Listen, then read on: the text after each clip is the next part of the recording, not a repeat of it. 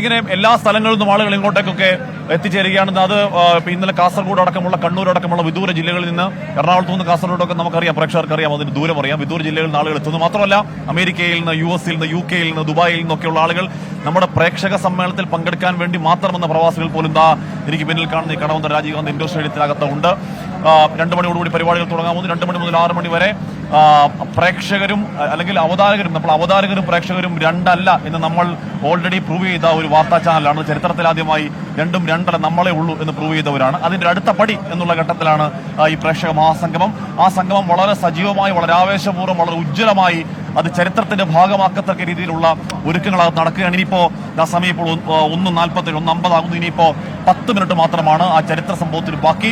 പ്രിയപ്പെട്ട പ്രേക്ഷകരെ, ഇങ്ങോട്ടേക്ക് എത്താൻ നിൽക്കുന്നവരെ, നിങ്ങളെക്കാത്ത കുറെ അധികം സർപ്രൈസുകൾ ഇവിടെ ഉണ്ട്. അത് ഒരിക്കലും ജീവിതകാലത്ത് ഒരിക്കലും മറക്കാൻ കഴിയും. ചേട്ടാ എവിടുന്ന?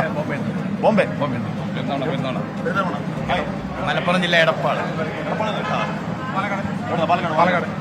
ബോംബെയിൽ നിന്ന് ഇതിനു വേണ്ടി വന്നതാണോ? Thank you so much. ഞാനും വൈഫുണ്ട് കൂടെ. ഇതിനു വേണ്ടി വന്നതാണ്. 24 സ്ഥിരമായി കാണും. രാവിലെ. സാറിന്റെ പേര്? ജോസഫ്. അവിടെ എന്താ ചെയ്യുന്നത്? ഫ്രീ ആണ്. വളരെ സന്തോഷം. ശരി, അപ്പൊ ഇപ്പൊ വരുന്നത് ബോംബെയിൽ നിന്ന് നേരിട്ട് ഇങ്ങോട്ടേക്ക് വരികയാണ്, ലാൻഡ് ചെയ്ത്.